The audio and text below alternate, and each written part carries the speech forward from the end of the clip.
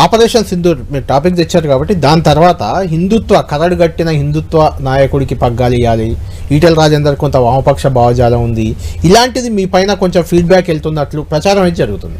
తెలియదు అంటే ఇప్పుడు అలాంటి అవకాశం ఉందా? ఈటెల రాజేందర్ ఇంకా కమ్యూనిస్ట్గానే బీజేపీలో చూస్తున్నారా? అంటే సరే, వాళ్ళు మనిషి ఎప్పుడు కూడా కళ్యాణ్, ఇవాళ నువ్వు ఇలా పనిచేస్తున్నావు, రేపు ఇంకో సంస్థలో పనిచేస్తావు, అవును, రేపు మళ్ళీ ఇంకో సంస్థలో పనిచేస్తావు. మనిషి ఎప్పుడు కూడా డైనమిక్గా ఉంటాడు తప్ప స్టాటిక్గా ఉండడు. నేను చిన్నప్పుడు గిట్లనే ఉన్న గుడిసెల్లే, ఇప్పుడు కూడా గుడిసెల్లనే ఉంటా, చిన్నప్పుడు గిట్లనే సంకుచితంగా ఉన్నా, ఇప్పుడు కూడా గట్టినే ఉంటుంది అంటారండి.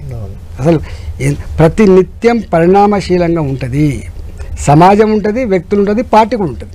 కాబట్టి ఈటెల రాజేందర్ అంటాడు 22 సంవత్సరాల కాలం పాటు ఒక ఉద్యమ నేతగా లేకపోతే ఫ్లోర్ లీడర్గా మంత్రిగా పనిచేసిన తర్వాత నేను డెఫినెట్గా ఒక పొలిటికల్ లీడర్ అనుకుంటా. ఇవాళ నాకున్న ఆలోచన, నాకున్న ఫిలాసఫీ ఒక రాజకీయ పార్టీ ప్రజల ఆశీర్వాదం పొందితే ప్రజలకు సేవ చేయాలి, సమాజ హితంలో భాగం పంచుకోవాలనే ఫిలాసఫీ తప్ప ఇంకో ఫిలాసఫీ ఉండదండి.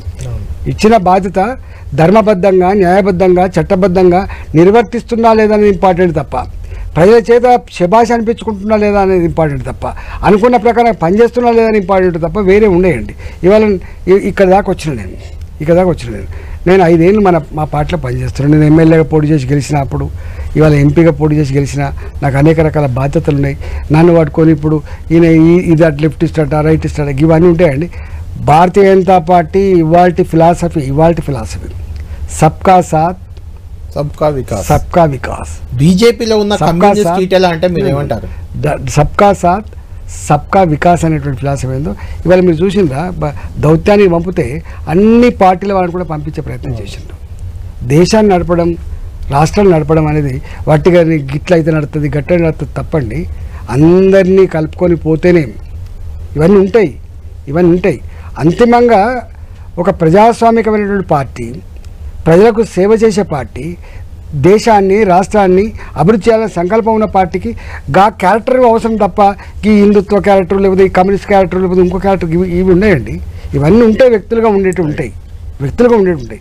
అంతిమంగా ఎవరున్నా కూడా మా party ideology, Bharatiya Janata party ideology వల్ల మోడీ గారి ఐడియాలజీ ఉంది. ఏం ఐడియాలజీ ఉందండి?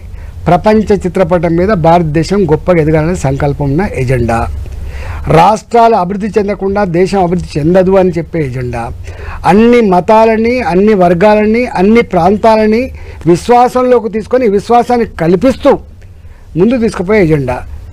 ఈ ఎజెండా తప్ప మాకు ఈ హిందుత్వ ఎజెండా ఉంది.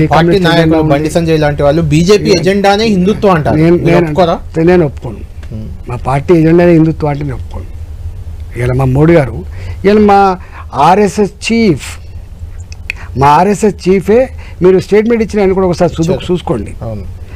ఇంత చెప్పిన తర్వాత కూడా ఇంకా గిట్లాంటి వస్తున్నాయని చెప్పి మీలాంటి వాళ్ళు ఆర్గ్యుమెంట్ పెట్టడం, గిల్లడం మంచిది కాదు.